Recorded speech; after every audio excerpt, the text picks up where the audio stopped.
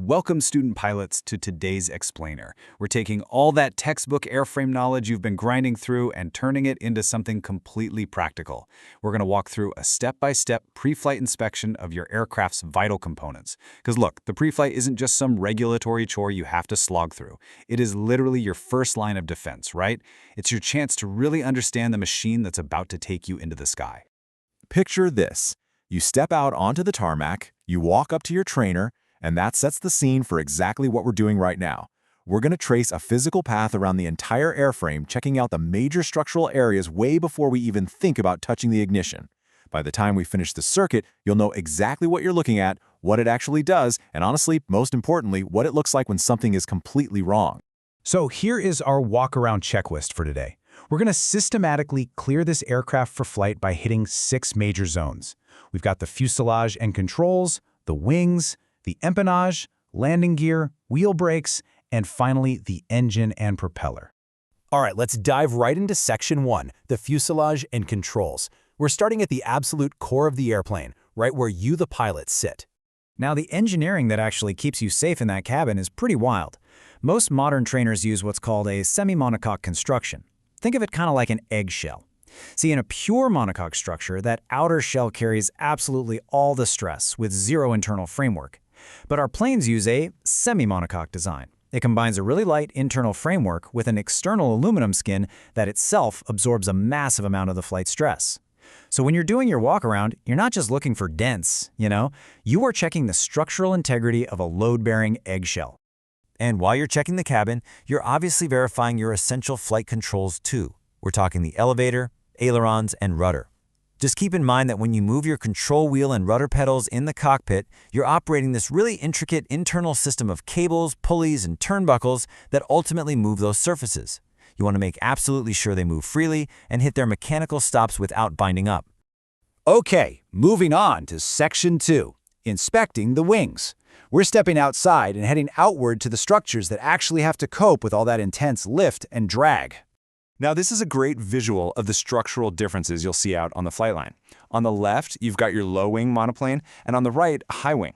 Notice how the high-wing airplane often uses those external struts connecting the wing to the fuselage? Well, those aren't just for show. They provide critical extra strength by transmitting some of those really intense wing loads straight down into the fuselage. But as a pilot, you've got to know what's happening beneath that skin you're inspecting. Inside that wing, you have spars extending all the way to the wingtips, and they're carrying the major upward bending loads of lift. Then you've got ribs running perpendicular to give the wing its aerodynamic shape, assisted by stringers. Oh, and tucked right between the upper and lower surfaces, your fuel tanks. It's actually kind of brilliant. The heavy weight of the fuel inside those tanks provides a downward force that helps counteract that severe upward bending effect from lift.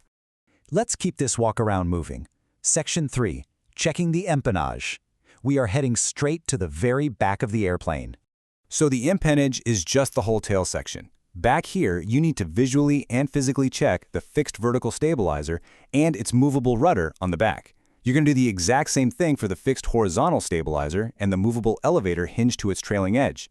Now, this standard configuration is super common, but just heads up, depending on your trainer, you might run into variations like a V-tail, which literally combines the rudder and elevator into a ruddervator, or maybe even a high T-tail configuration. All right, let's crouch down for Section 4, landing gear and tires. This is a totally crucial zone, folks. It's literally where the aircraft hits the earth. First things first, identify your setup.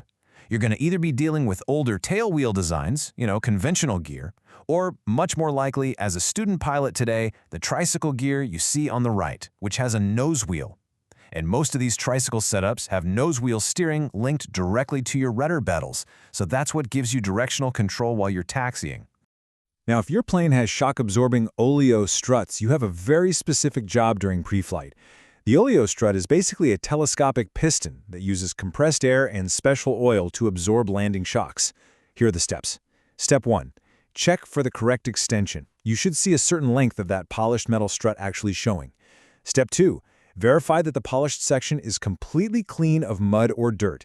If it's dirty, that grime is going to cause rapid wear on the seals every time the strut compresses. And Step 3. Look really closely for any fluid leaks. Losing that special damping oil means you're basically losing your shock absorption. No way you want that. So the big thing here is making sure your nose wheel doesn't violently shake your airplane apart as you're barreling down the runway. Nose wheels are incredibly prone to shimmy, which is this really damaging vibration where the wheel just rapidly oscillates left and right. That is exactly why we check the shimmy damper during pre-flight. It's a small unit that dampens out those oscillations. If you see leaks here, or if the torque link aligning the nose wheel has failed, you're in for a seriously rough and potentially dangerous takeoff roll. Moving right down to the rubber itself, we need to check for tire creep. Look, when a stationary tire hits the runway at 60 knots, it is forced to instantly rotate, right? It's basically dragging the heavy wheel rim with it. That massive stress can actually cause the tire to slip or creep around the metal rim. We monitor this using paint marks. Check these out. If the mark on the tire and the mark on the wheel flange are still touching it all, that creep is totally acceptable. But if those marks are completely separated, yeah, your inner tube might literally be tearing apart inside, and that tire absolutely must be rejected before flight. Remember, aircraft tires are completely unique. They have to withstand absolute extreme ballooning pressures on every single landing. Because of that, your safety checklist has got to be rigorous. You need to verify proper inflation. Too low and the tire creeps, too high and a burst. Check for acceptable creep like we just talked about. Look for normal tread wear, keeping a sharp eye out for flat spots from skidding. Make sure there are 0 deep cuts exposing the inner casing cords, and absolutely no external bulges. A bulge means a severe internal casing failure, and that's a no-go for sure. Staying right here at the main wheels, we're transitioning into Section 5, testing the wheel brakes. Obviously, you rely on these for stopping, but also for differential steering on the ground. Most training planes use hydraulically operated disc brakes on the main wheels. You want to visually inspect the whole brake assembly. First off, are there any hydraulic fluid leaks from the lines? A leak here could leave you with 0 braking power exactly when you need it most. Next, check the brake discs. They should be completely clean.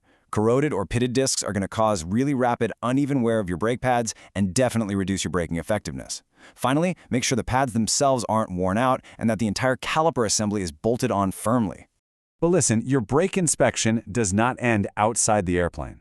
Even after a perfect visual check, you've got to physically test the brakes the very second you start moving. As soon as the airplane rolls forward, just close the throttle and gently apply some toe brake pressure. You're confirming that the hydraulic pressure you just checked actually translates into real stopping power. Finally, we're going to wrap up our walk-around at the very front of the aircraft. Section 6, Engine and Propeller, the heart of the beast, your primary power source. So right behind the firewall sits your engine, and bolted right to the front of it is your propeller.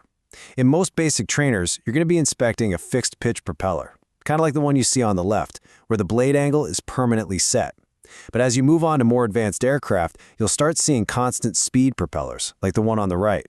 Those actually have blades whose pitch can actively vary in flight. Whatever you've got, you are checking the spinner and the leading edges of those blades for any deep nicks or cracks. Even a small nick can cause a catastrophic structural failure when that thing is spinning at high RPMs.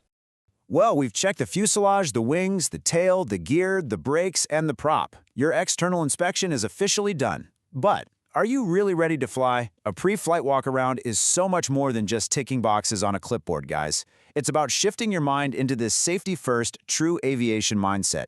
It's about knowing your airframe so intimately that the split second something is out of place, you spot it immediately. So take this knowledge, step out onto the flight line, and command your aircraft with total confidence. Thanks for joining me for this explainer, and hey, safe flying out there.